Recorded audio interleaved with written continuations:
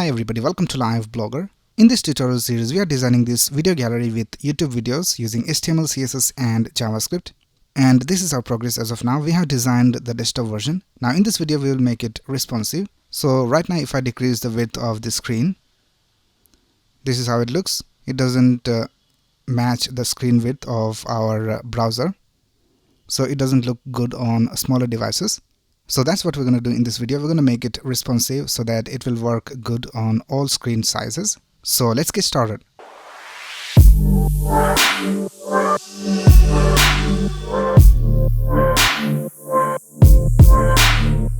Right here I'm in the source code. So let's go to the style.css file. And the first thing we will do is we'll create a media query. So we will create a media query for a max width of 900 pixels. So for that you have to type @media and max width of, let's type 900 pixels.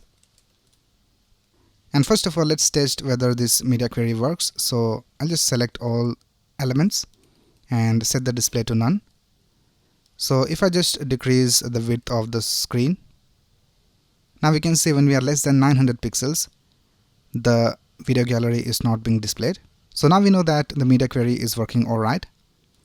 Now the next thing we need to do is we need to set the width of the video gallery container. So if you scroll up, we can see that we have set a width of 900 pixels for the video gallery container. Now we have to set a flexible width for the video gallery container. So for that, let's scroll down over here, and here we will select the video gallery container. So I'll just tap video gallery container, and let's set the width to 100%. So it will adapt to the width of the window. So now let's go ahead and decrease the width of the browser. And now we can see that the width of the video gallery container stays 100%, even if we decrease the width over here. And if you go greater than 900 pixels, we can see that it has a fixed width of 900 pixels. So it is working alright. Now the next thing we have to do is we have to set the width of this iframe. And we also have to set the width of this heading. So let's go back to our CSS. And here if you scroll up, we can see that we have set a fixed width of 560 pixels for the video title. That's because we have a width of 560 pixels in the iframe. So if you go to the HTML file, here we can see for the iframe we have a width of 560 pixels.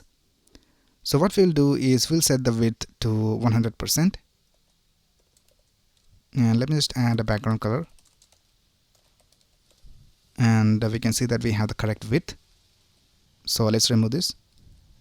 Now the next thing we need to do is we need to set the height and the width of this iframe. Now if you go back to the HTML, here we can see that we have a fixed width of 560 pixels and a fixed height of 315 pixels. Now this is basically an aspect ratio of 16:9. So basically the width and the height are related. So if you change the width, we also have to change the height, and vice versa. Now we cannot do that directly in CSS, so we have to use a trick. The first thing you have to do is we have to add this iframe inside a division. So let's create a division and let's give it a class of responsive iframe. And let's add this iframe inside this division. Right now let's go to our CSS file and let's target the container. So here I'll just type video gallery responsive iframe.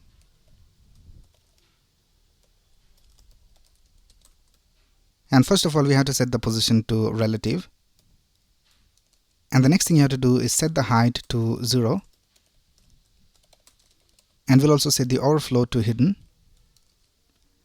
And now we have to set a padding bottom and padding top. Now we have to set this according to the aspect ratio. So right now we have an aspect ratio of 16:9 for the videos. So for that you have to type 56.25% as the padding top. And for padding bottom, you have to type 30 pixels. And now you have to target the iframe inside the responsive iframe. So let's type video gallery, responsive iframe, iframe. And here you have to set the position to absolute. And you have to set the top position to 0 and the left position to 0. And the width to 100%. And the height to 100%.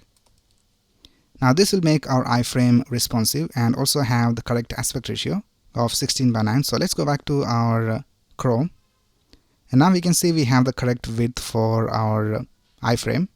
Let's decrease the width even more, and we have the correct width. So now we can see that the iframe is working alright. Now we will add one more media query so that when we are less than a certain amount of width, we need to bring all these videos down over here, and we need to bring this featured video division, and we will increase the width and set it to 100% of the video gallery container. So let's go back to our CSS and let's add one more media query. So let's type @media, and this time we will have a media query of 700 pixels. So let's type max width 700 pixels. Right now if we go back to the HTML file and if we scroll up, we can see that we have this division with the class of video gallery, and in that we have this division with the class of featured video, and below that we have a division with the class of all videos. So we have these two divisions inside the video gallery division. And if you go to the style.css file and if you scroll up, here we can see for the video gallery we have set a display of flex. So that's the reason why we have these elements one next to the other. So we have the featured video on the left and all videos division on the right. Now what we need to do is we need to change the direction of the flex. So let's copy this selector and let's scroll down and let's paste it over here, and let's set the flex direction to column, and let's go back and let's decrease the width.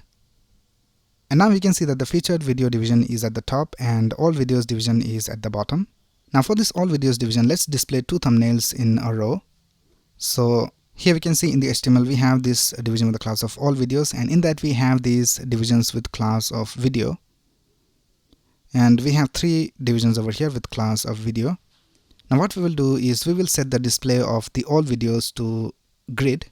So let's go back and here let's type video gallery all videos and let's set the display to grid. Now we have to specify how many columns are there in this grid. So let's type grid template columns, and let's set it to 1fr, which means 2 rows with the same width. And now let's go back to our browser, and here we can see there are 2 thumbnails in a row. Now we'll also increase the width of these thumbnails. So if we scroll up, here we can see for the thumbnail we have set a height of 120 pixels. So let's unset the height. So let's scroll down and let's type video gallery thumbnail, and let's set the height to unset, and let's set a width of 100%. Right now let's open the browser, and now we can see we have full width for these thumbnails and it looks alright. Right now let's add one last media query, and it will be for smartphones. So let's type @media and let's type max width and let's set it to 500 pixels. And what we're going to do over here is that we will set the grid template columns to 1fr, which means 1 column. So let's copy this and let's paste it over here, and let's just remove display grid, and here I'll just type 1fr, and now we can see we just have one thumbnail in a row. And we'll also set a max width for the video gallery container. So let's type video gallery container and let's set a max width of 400 pixels, and that looks alright. Let's also decrease the font size. Now for the main title we have this h2 with the class of title inside video gallery container. So let's type video gallery container h2 title, and let's set the font size to 24 pixels, and we'll also set the font weight to bold, and now we can see it looks alright. Let's also check whether this works. So let's click on the second video, and now we can see that the second video is displayed over here. Let's click on the third video, and the third video is displayed over here, and everything looks alright in all screen sizes.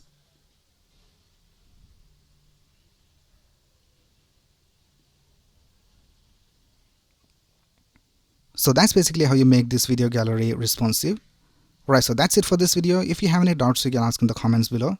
And if you like this video, please click on the like button and subscribe to this channel to get the latest video updates. Thanks a lot for watching. Have a nice day.